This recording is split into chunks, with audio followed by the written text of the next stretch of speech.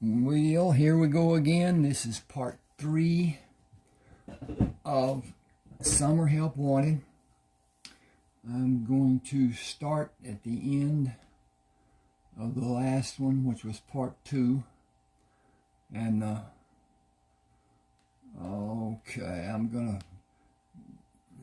this is the last part of part 2. And, so... Yeah, I'm going to start again. Please subscribe to this channel. Hit the like button. Hit the share. Comment if you want to. It will help in connecting YouTube to see the activities that will help me and help the channel grow. And that's the whole purpose of being here, I suppose. For most of us anyway, it is. At any rate, here is part 3 of Summer Help Wanted. Eric pointed out what needed to be done to each tractor. He was not convinced that Hector understood because there were so many, but it was all he was able to do. The tractors would be valued by the buyer regardless of the state of cleanliness. Working order of a well-maintained machine was their concern. Leaving Hector, he drove to the pens and found Clayton and Merle mounted. Clayton held the reins over Spot's neck for Eric to mount. I saw some movement up at the house, but I couldn't make out what it was. We can ride up there if you want to.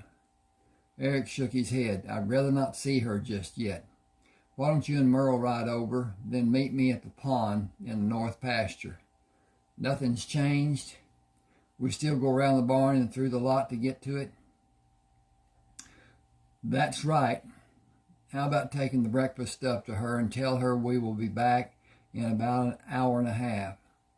Tell her there are 4 of us and we can cook our own breakfast after we look at the cows if she would like us to.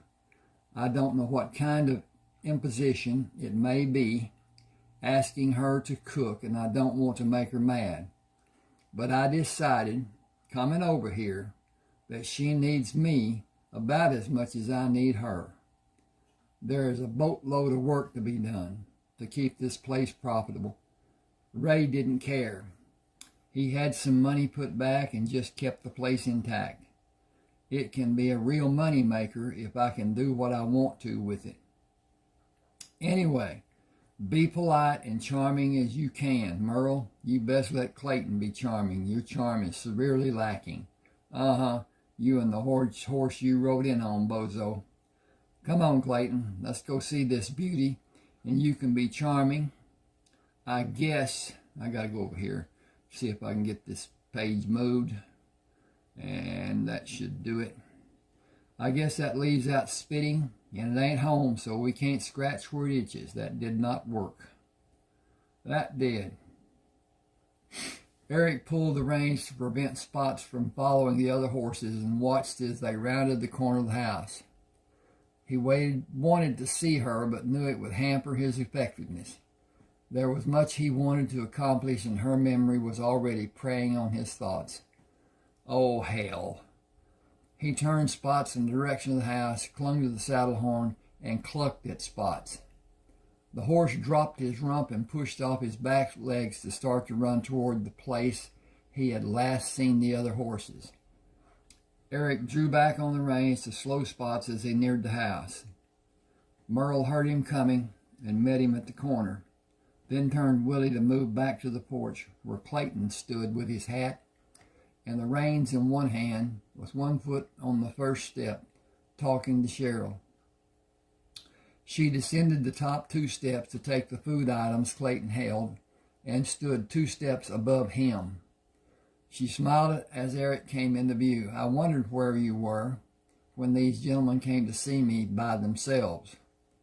I'm glad you came, too. Clayton said there are 4 of you for breakfast. He mentioned you might cook if I was inconvenienced. Really, Eric? I would be totally lacking my manners if I didn't at least do that much.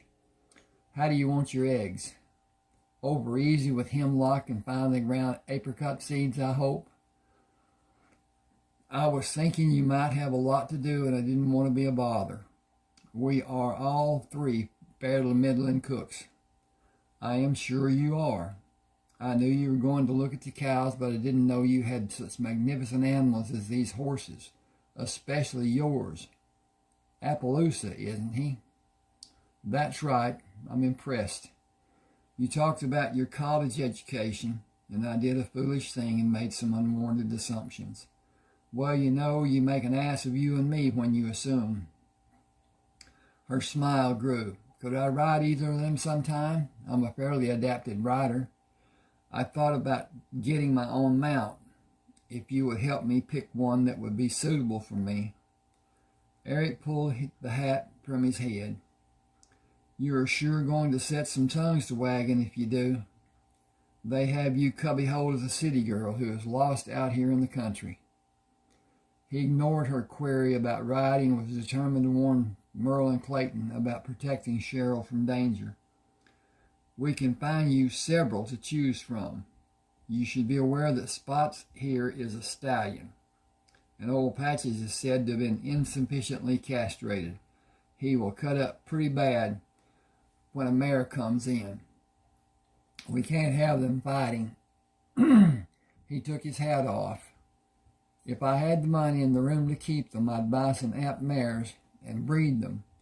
Registered Apps are prized animals, and Spots is the best cutting horse in this country. Her look was a question. Merle saw the look and said, He's not bragging, just stating the fact. We rodeo, and all of our horses are used in some of the events. Patches is the best barrel horse in this whole world, but he can't cut, and he'll never stand still for a rope to be thrown over his head. Trey rides any event he wants, and me and him, he wants to, and me and Clayton ride some. Clayton is the header in our team roping, and I do the heeling. He rides Spots because of Patches' aversion to the rope, and because Patches will take after the steer that we rope. He's a good hazing horse, but not good at some things. He hooked a thumb in Trey's direction.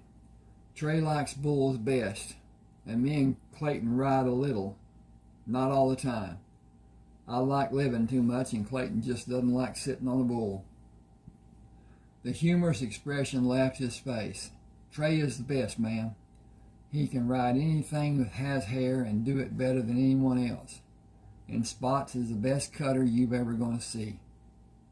Now it's my turn to be impressed. I know you are impatient to get the work started, so I won't keep you. It was good to meet you and see all of you. She smiled. I love your hats. Turning, she looked at Eric. I'll have breakfast ready when you are. Without waiting for a response, she climbed the steps and went inside. Eric slowly backed stops. Let's be careful of the new grass and try to avoid leaving any holes. I wrestled with staying away for a while, but I just couldn't wait to see her again. I'm glad I did. She seemed happy to see me too. She got in a rib, though. I liked that. There should be a lot of laughter in a relationship. Merle never passed up a good dig when the opportunity was presented, probably laughing herself silly first time she sees you in the raw. Eric responded, It's not the nail that counts, it's the hammer. Come on, let's get going. We're burning daylight. Each cow was checked for possible problems. Her ear tag was recorded in a thin tally book that each of them wrote in. The composition of the 3 books was to be used later when the cattle were penned and put in a head gate, which held a single animal. Shots, worming, hoof trimming, medical treatment, general inspections were done.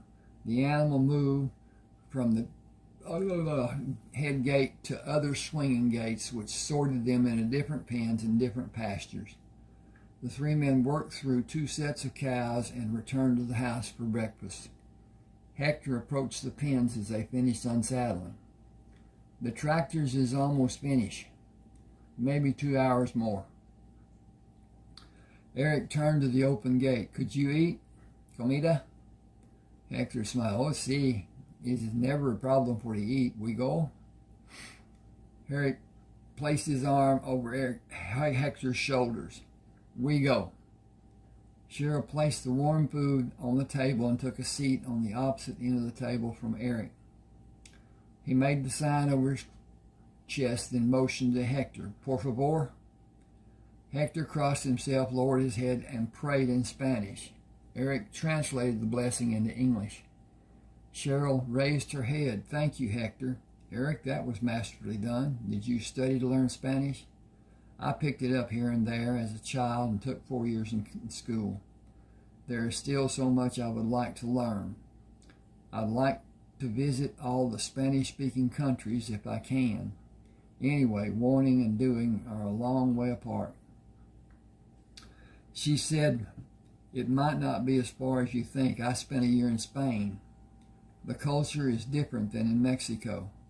Almost everything is different. The prices are much higher in Spain than all of the other countries I visited. Of all those countries, I enjoyed Spain and Mexico most.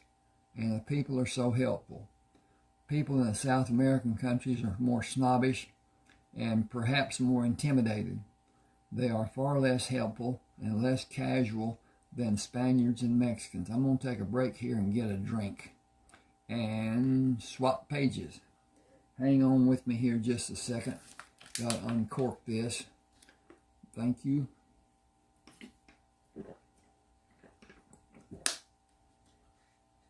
I'm back. She took her fork from the table and busied herself with the food on her plate. Still looking at her plate, she smiled. Of course, not right now. There are a few things I want to learn from you before you go. He flushed, and his problem affirmed its position. She saw him squirm and immediately began shoveling food into his mouth. She saw him squirm and immediately began shoveling food into his mouth. Merle and Clayton followed his example and finished the meal in silence. Hector glanced at each of the others, expecting conversation to continue. He thought, these Americans are so strange. My people never stop talking. Even with food in their mouth, they talk. Cheryl cleared the table with Merle and Clayton helping. Hector sat back in his chair when Eric motioned him to stay. Cheryl brought a large carafe of coffee, poured her cup, and passed the carafe to Merle. He filled his cup and the others' Eric took the bottle from his back pocket and held it up. Cheryl, would you mind? No, please do. May I have some? He poured, then spun the cap in place and handed the bottle to Hector, who smiled. Con permiso, por favor. Come on, knock yourself out. Hector was hurt when Cheryl laughed. Then he realized she was laughing at Eric's term of knock yourself out. He poured a generous amount in his cup and smiled as he handed the open bottle to Cheryl. To your health, Miss Cheryl. Cheryl drank from her cup to allow room for the bourbon and filled her cup. This is good coffee now that the main ingredient is in place. I am like Hector.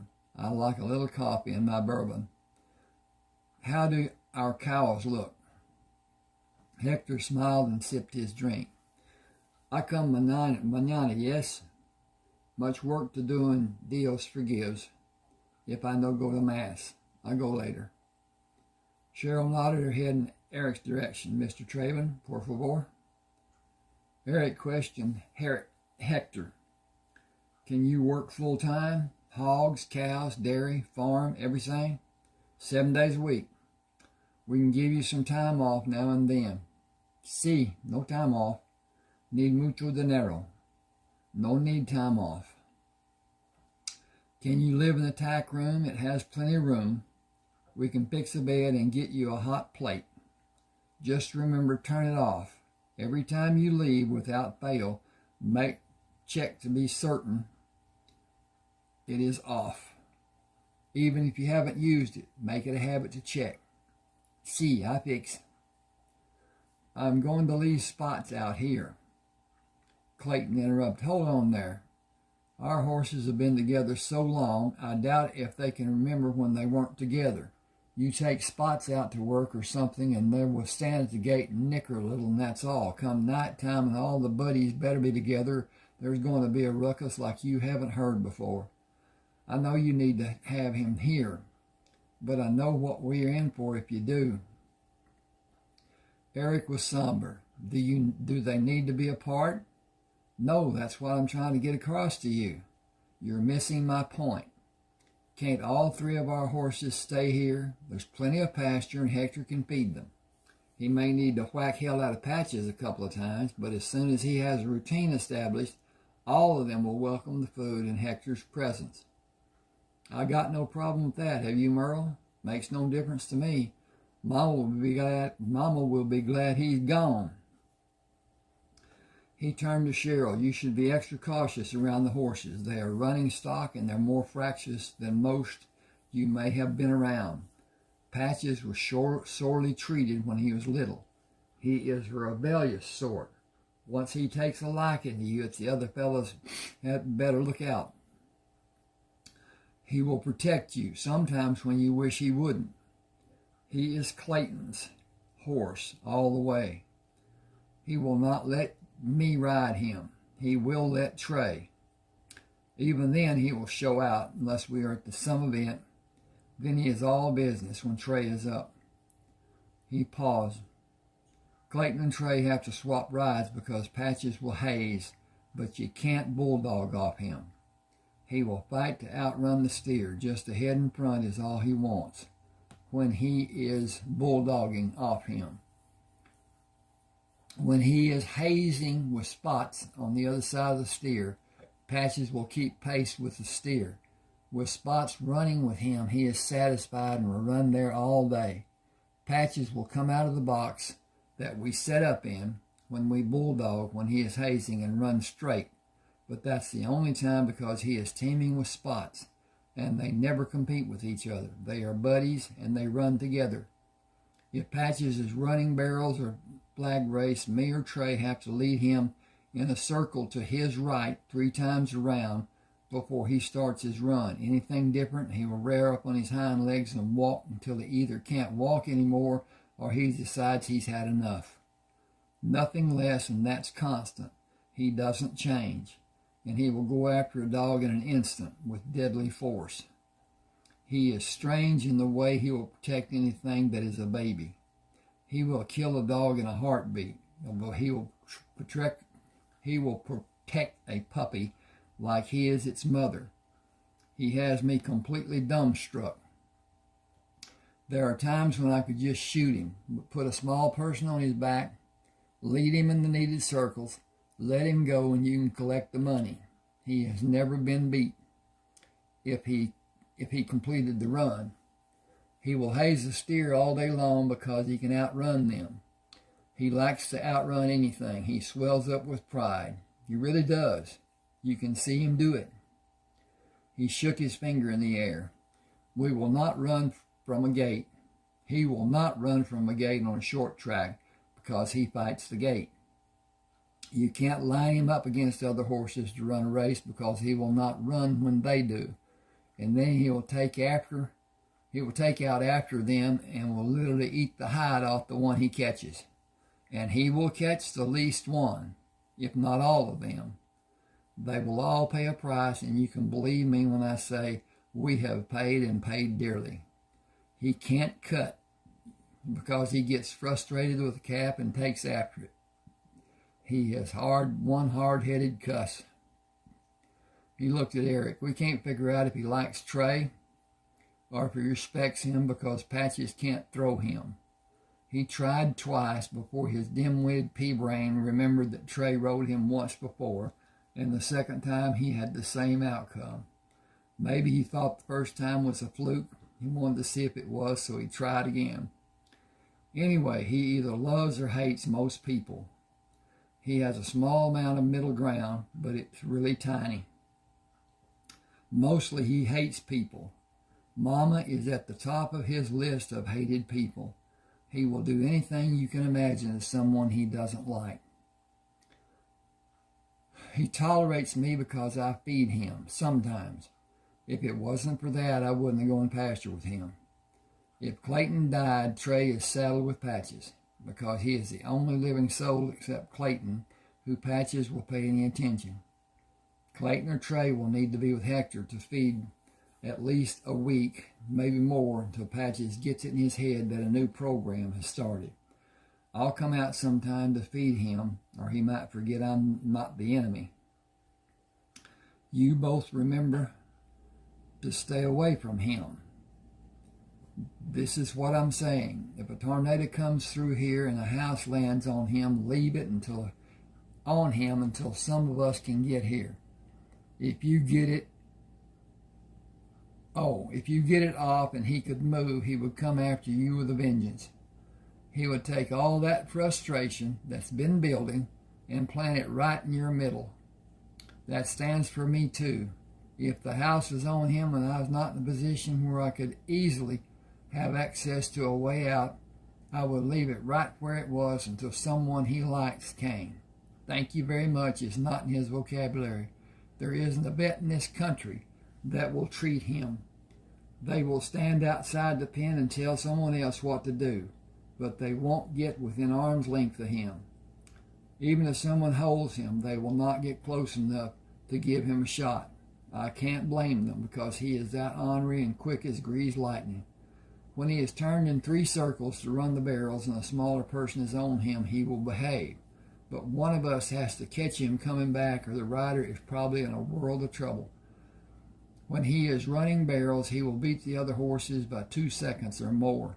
The same is true of a flag race. He makes other horses' time look sick.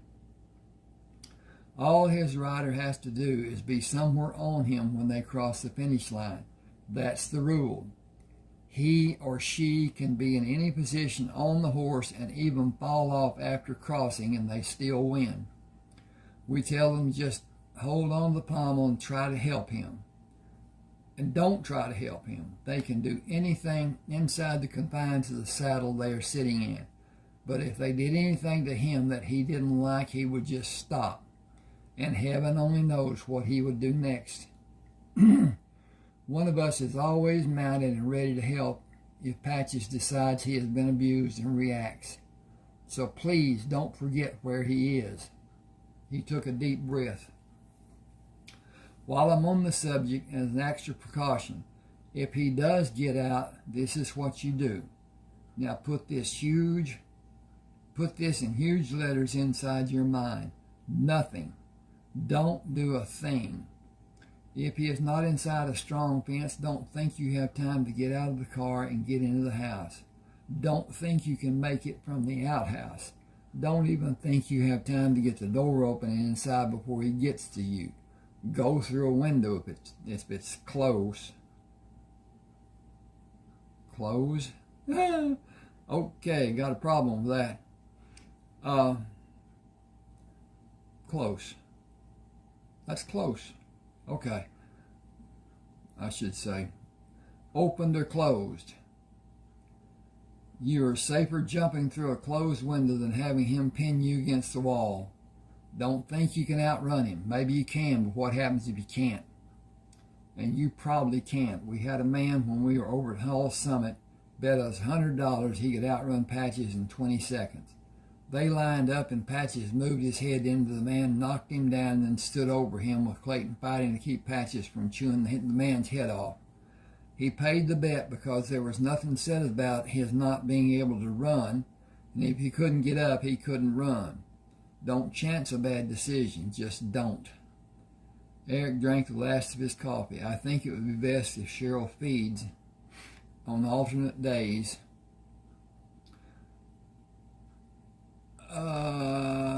After we get Patches accustomed to Hector. Or Hector feeds in the morning and Cheryl feeds in the afternoon. He may decide he likes Cheryl, but I wouldn't waste a plug nickel on that bet. Cheryl, thank you for cooking. I enjoyed the meal and the company.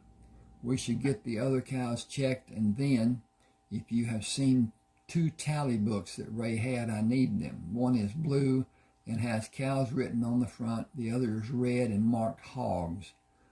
They have all the needed information on the animals. Excuse me just a second, please. I got to check on this. Should have done it a long time ago, but anyway, time is running. Now, I'll tell you something about YouTube, and I have no idea what the recommended portion is. A long video is not allowed. I'm not certain what the time limit is. I know there's a time limit, that's all I know. And I really don't know that. I've heard that's the case. At any rate, I try to keep the videos down to a lesser time than what I think might be the limit. So that's the reason for the parts being read and not being long. At any rate, here we go again. I believe this is he talks to Cheryl, and then Cheryl says, I believe I saw them in the hall closet. I'll try to have them when you return. We should put them in the computer. You would have a backup just in case something happened to either of the books. Eric looked puzzled. You can list them on a computer, just like writing it on a piece of paper? We use the computer for storage of information. Then I can give you a printout and you can use it to mark whatever updates are needed. That's a good idea because the sow's gestation period is 183 days. They don't miss it by more than 2 days either way. They are usually exactly 183 days. Without the knowledge of the breeding dates, we would be in a world of hurt. She said, I'll start on the hogs now. They will only take a small amount of time to record compared to all the cows. I really appreciate you doing that. The cows are not unimportant, but they drop a calf and usually keep right on trucking. Rarely do they have a problem, and they hardly ever have a navel problem like newborn pigs do. Their problem is usually a breech birth. If it's caught in time, a shot can be given that will stop the contractions and the calf may be turned around. That is also a rare thing. We usually get the pullers out and start the process of very gently cranking it out.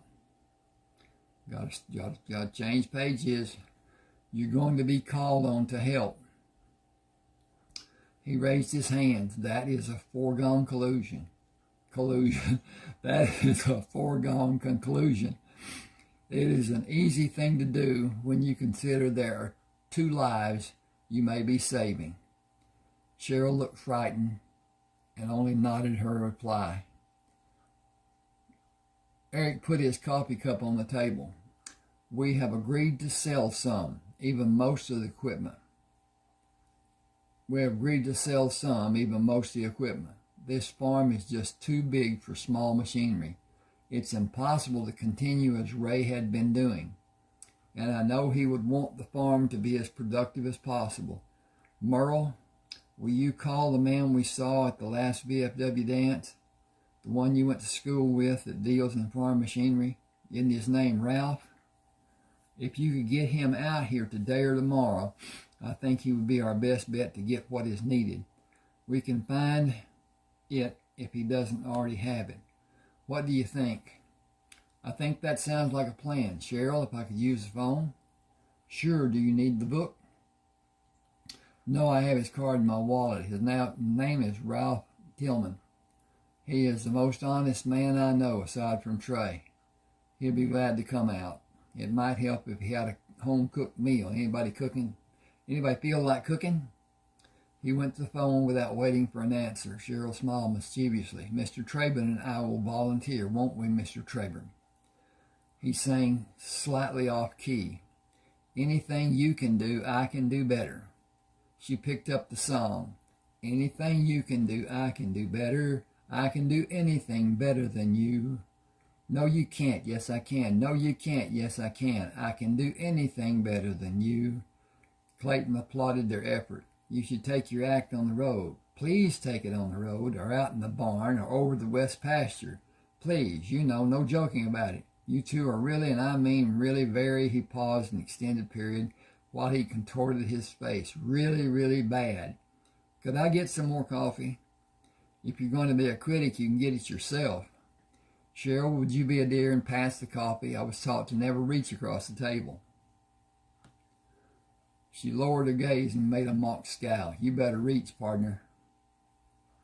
Merle made the call and returned to finish his coffee, standing over his place at the table. He will be here afternoon, and you can cook a meal. He said he would love the food and the company even better. He asked what you wanted. I told him we were upgrading to a larger operation. Said he thought he had exactly what we wanted. He bought the equipment from a whole estate. Wait a minute. Oh, a whole estate sale, meaning everything. Last week and hasn't even moved the stuff yet. He said it's close to this farm. If you can make do with it, it will be dirt cheap. He'll make some money, but you only have to pay a small amount and pay the trucking charges. That's all. You said a 4-bottom reversing plow, didn't you? Eric said, oh yes. Does he have one? He'll bring pictures. He said everything was in perfect working order, and if there's any part that you don't want, he can move it real easy. We better get a move on. I have a date that's just won't wait. Even Hector was silent as they left the table. Clayton saddled Patches and began the mounting process by stepping in the stirrup. He jerked his foot out of the stirrup when Patches shied away from him. Hey, what's the matter? He looked at every aspect which could be seen without removing the saddle. I can't find anything wrong. I'll take the saddle off and see if I missed something. As he pulled the saddle over Patches' back, a lizard jumped to the ground and scurried off under the fence and into the grass. How did he know that thing was there? I picked up the blanket and saddle, and I didn't know. He might have felt a tickle or some kind of movement, but that wouldn't tell him much. And some people call them dumb animals. Makes me wonder who the dumb animal really is. He saddled Patches, and they moved through the barn lot on their way to the pasture to continue the cattle inventory. Ralph moved. Ralph drove to the pens as they were stripping the horses. Hey guys, I was just telling Cheryl about the dance at the VFW in 2 weeks. Are you all going to be there? A whole bunch of college girls are coming up from Townsend. I, for one, will not miss it. Merle moved through the gate and shook hands with Ralph. You know Clayton and Trey. Did you bring the beer? I'm about parched. I have just what the doctor ordered in an ice chest. There are 3 brands as you requested. I could use one myself. Trey, Clayton, how about it? Clayton locked the gate after following Eric out of the pen. I ain't never passed on a beer, not in my whole life. Why, even as a baby, they had to fill my bottle with beer instead of milk. It was the only way they could get me to shut up, and if you want me to shut up now, just pass me some suds. He shook hands with Ralph and took a beer from the cooler, held it out to Eric, and got another of his own. Eric drank from the can and shook hands with Ralph. I'd like to go to the dance, but I may be in the middle of planning. It's pretty much depending on the weather. Thanks for coming out on such short notice. I just took on the operation of this farm, and I have a boatload of work to do and only a short time to get it done.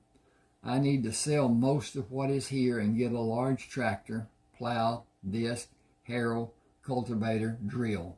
The whole works. Ray has 17 tractors on this farm. Why he had that many was always a wonder for me. Ralph pulled the tab on his beer. I got most of them for him. Eric asked, do you know why he had so many? Sure, he tried to keep a friend busy and well fed. How did his having all these tractors keep his friend busy? He never had anyone to help him plow or anything with the tractors. Ralph smiled at Eric, who always voluntarily showed up to make needed repairs. Ray never asked anybody to help him. The word that got out that he had a breakdown or a need, and who showed up to help. Eric raised his hands. I've worked on all these tractors. I don't think anyone besides me has. Clayton slapped Eric on the back. We don't have to hit you with a brick, do we? Ralph continued. How many are not running when they were purchased? Eric frowned at Clayton. As Ray accumulated more, he bought some that weren't in real good shape. I don't think he could afford to buy better tractors. Ralph laughed. Ray set me up in my equipment business. He's done a lot for local people. Gary Lomas, who owns Truck Haven, was losing his ass. His business was dying. He used every penny he could borrow or beg to buy the place. Ray told him to bulldoze it, just level it, to get some temporary above-ground tanks to hold the gas and diesel and build a larger facility and add the shop and wash bays. There wasn't a place to wash a car before anywhere in town. Ray put up the money at his own risk. If Gary went under, he would lose the ground, but his partner would suffer the monetary catastrophe. Gary was one of the best businessmen in this part of the country, and it's growing all the time. He's glad that Ray saw a way that Gary could avoid bankruptcy. Ray Biggs could afford any tractor he wanted. He had me find tractors and implements that needed repair. If he could afford good tractors, why did he? Clayton interrupted. He had them as an excuse for you to come out and work on them. How many times have you come out here and Ray had a meal and a case of our favorite beer? Not mine or yours or Merle's, but all our favorites. After we knocked off, we always went to Truck Haven for a late meal. Do you ever remember the meal being paid for? We all left a tip, but who paid? Merle looked at Eric. Don't look at me. I never saw any money change hands, and I never saw a check put on the table or a bar or booth. I didn't see the meal being paid for. I thought Ray had kept a tab and paid it once a month. Eric drank from the can. Same for me. I didn't think about it. I was usually too tired to care. Ray did all of that? Ralph, you knew him. Why did he want me to fix stuff he didn't need? I don't think he ever used more than 3 of the tractors. Did you come when he had a need? Sure. Why? Yes. Why? He was my friend and needed my help. And friends always help. Yes. Most of the friends I have don't. Maybe it's because they can't. Maybe it's because they don't. True friends help.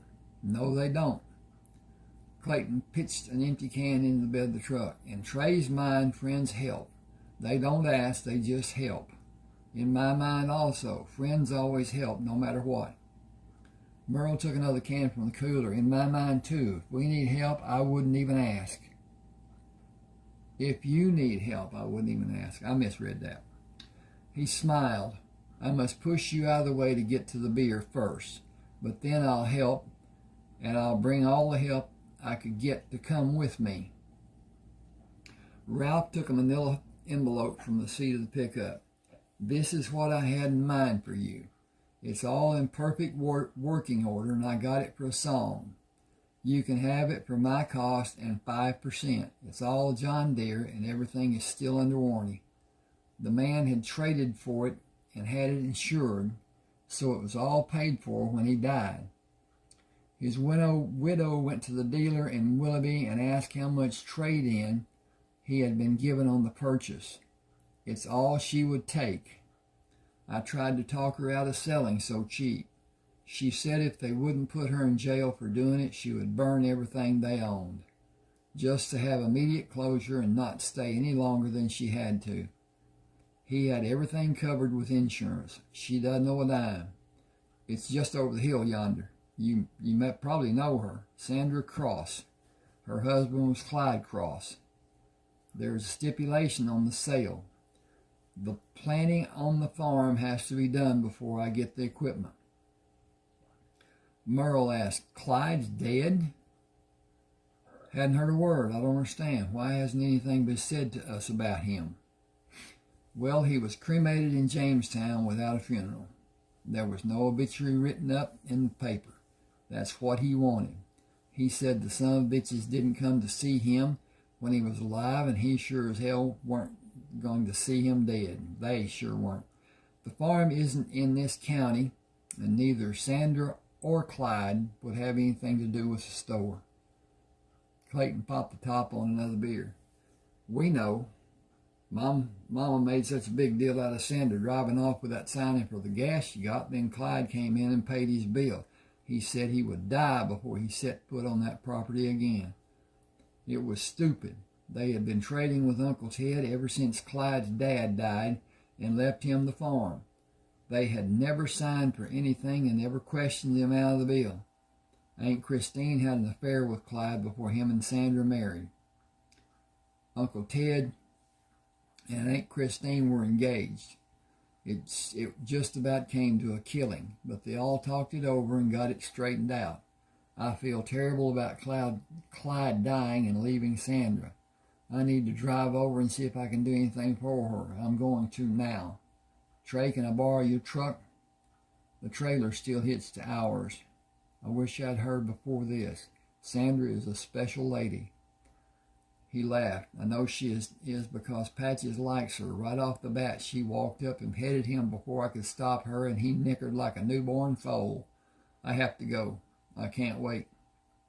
Merle put the empty can in the bed of Ralph's truck. I'm going too. Eric turned to Ralph. I have to go too. The tractors and implements are back of the barn in the 2 sheds. I really haven't come to a decision on which needs to be sold and which I want to keep. If you want to look at them and price each piece, we can talk later. I need to see her. You understand, don't you? There's no hurry. I can look later and ride over with you if nobody minds. They left Hector and drove both pickups to Ray's house. Eric rushed inside. We just got some bad news about a friend dying. We're going over to see his widow. Do you want to come? They are old friends and we haven't been told that he died. This is quite a shock for all of us. Give me a minute. I'll take her a plate and be with you in a shake. Get my black jacket out of the closet. Sandra welcomed them and offered to make coffee. She graciously accepted the plate Cheryl had prepared. I'll get it back to you. You must be Ray's niece. He had planned to visit you, and then Clyde died. I have hardly left the house. You boys, he loved all 3 of you. He regretted not having a funeral because he was afraid you would get your feelings hurt, but he made me promise years ago that there would not be an obituary or funeral. I couldn't even call to tell you he died. He said sooner or later you would come by, and there was nothing you could do for him when he was dead. Clyde was good to me, but he had some strange ideas. Merle shook his head. I'm about the same way he was. Just these people here, about all my friends. Then there are a few of my relatives who matter. Just about the rest of this world can take a flying leap off a high cliff. Whew. Excuse me a second. I gotta check on the time. And it's about time. I'll go a little longer. We have a cooler of beer in the truck. We'll bring it in if you say so. Now, don't carry on about it not being right. We never have been here without popping a few tabs. You haven't bought any since Clyde passed, have you? She held her eyes down. It wouldn't look right to some folks. Cheryl patted the back of her hand. Please, tell them bring it in. I could use a few, but I don't have to drive anyone home later. Sandra, I would love to take you shopping. There must be a lot you need.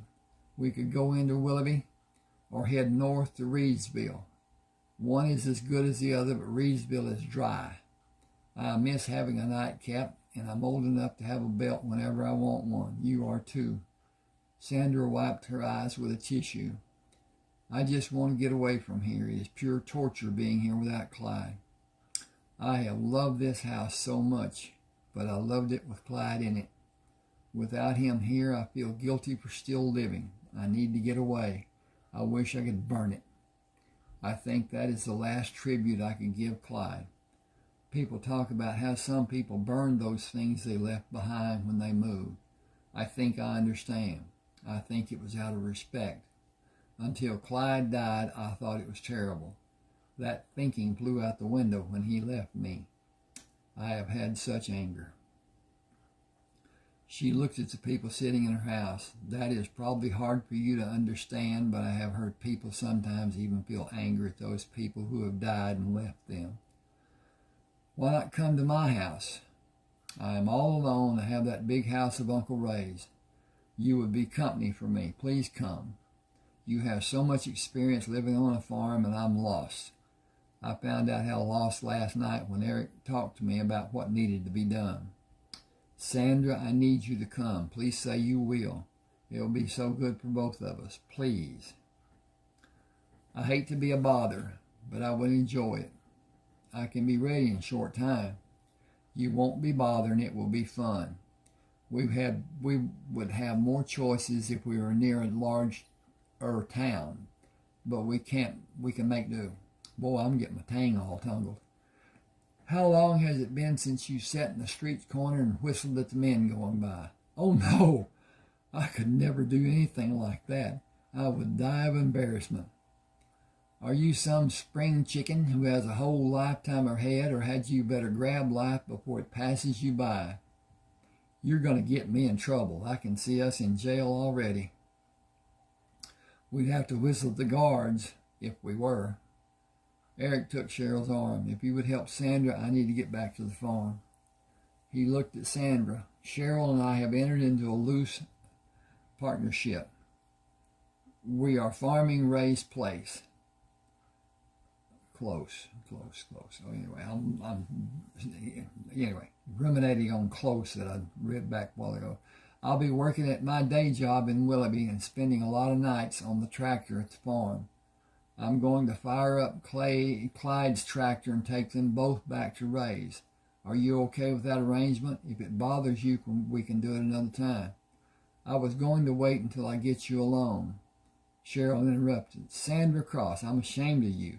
You should wait until both of you are alone before you come on to him. I can see this is not going to be easy. Cheryl, you're embarrassing me. I want to talk to Trey about buying the farm, you stinker. Eric was shocked. You must know I don't have any money. Money don't matter for us right now. Clyde and I have talked, and he wanted you to have the farm if something happened to both of us. You are mistaken about one thing. Clyde had you as a beneficiary on one of his life insurance policy. He instructed me to wait until your divorce was final. He hates Kay. I didn't say that right. I should have said he hated Kay. The other woman in this triangle is his sister's stepdaughter. He didn't want Kay to have any part of his labor. She looked away from Eric. Merle and Clayton have a policy too, $10,000. They have to throw a kegger as soon as they get the money and drink the first toast to Clyde. You both know what the problem was between us, Ted and Christine. It didn't involve you two, and Clyde was so happy that we are still friends. He had to protect me and would not have me called a thief. He, being who he was, did the only thing his conscience would allow. But he loved you boys. Your outings, as he called them, brought him such a joy. I can never tell you what they meant to him. He would come home acting like a little boy. She looked at the floor and smiled. I was thankful for that too. She looked at Eric with a determination she had not exhibited before. You have to plant before the tractor leaves the farm if you want the farm or not. You can't work Ray's farm before you work this one, Clyde said. But it will only take 3 or 4 days, and it's dry enough to plant now. You will need to get the seed and fertilizer from the co-op. It's already paid for. The cornfields already have rows, and both are ready to plant. The bean fields are ready for the drill. This is the rub. I have to decide to give you the farm after the divorce. Clyde didn't want to put much pressure on you and cause you to fail. It makes no difference right now. You and Merle and Clayton must earn part of your money by planting. You have to work the farm this year. After this year, you can hire the work out. This year's crop is half yours after the planting is paid and the crop insurance has to be bought. I once thought Clyde was a little off kilter about insurance, but look where he left me. I am a rich woman even without the farm. I should have said a while ago that half of this year's crop is yours, and each year after I get a lesser amount. I can't tell you what it calculates out to be, but in 15 years the farm is yours. You can never sell any part of it. Clyde made provisions in his will. It will not be read until your divorce has been final for 3 months. He can't stop you from giving the money you make from the farm to Kay, but she will never enjoy it. If you and Kay get back together, the farm is forever lost to you. She is not to ever set foot on this place. The cows and hogs are yours with the farm. You will not share them with me, only I get whatever beef or pork I may want. I have a sister down south of here, may go to live with her. I may move to one of those retirement communities, one of those places where the women can't get pregnant and the men look like they are. I don't yet know, but I know that once I leave here, I don't want to ever see it again. I don't mean leave as in leaving the day, but when I leave the county, there's just too much pain. But I'm rambling. Sorry, I'll get a bag and we can go. Cheryl put her arm around Sandra. Let me help you. I have toiletries and makeup. You might have a different shade or want to bring it. You know we are only going to be a little way over the hill. You can come back anytime you may like. My day is fairly free. If Eric doesn't need anything and I don't want to get rip snorting drunk and do a Lady Godiva through the town, then it is absolutely free. I need you to either help me get into trouble or keep me out of trouble. Sandra scowled. You're Irish, aren't you? You have the look except for the blonde hair. There were some Irish who were blonde, but they were monstrously big. As they left the room, Eric mulled over what needed to be done. Merle, will you take the trailer to the co-op, get enough seed and fertilizer to plant this farm? Part will have to be put in the truck and part in the trailer. Throw a tarp on the trailer floor or put feed sacks down on it. How much money do we have? I have $12. He paused. Never mind. Stop at Truck Haven. If you can find Ricky, get some beanies or white crosses or whatever. Tell him I need enough to do 3 days. If you can't find him, go to the cafe and see if you recognize anyone who is local and can help. I'm going to have this farm planted before the sun comes up Monday. I'm going to take off work until both farms are planted. If they give me any shit, they can take a flying leap at a rolling donut. I'm going to look now, and I think I'm going to stop this and talk a little bit about subscribing to my channel and do a sharing. Please hit that like button. It helps a lot. It helps the channel grow. At any rate, this is the third part of the reading. We'll do a fourth part, and then I'll go on to another book. I have 30 ebooks on Smashwords, and I'll leave a link to this book on Smashwords on the description part of the video. Thank you for being with me. Hope you enjoyed.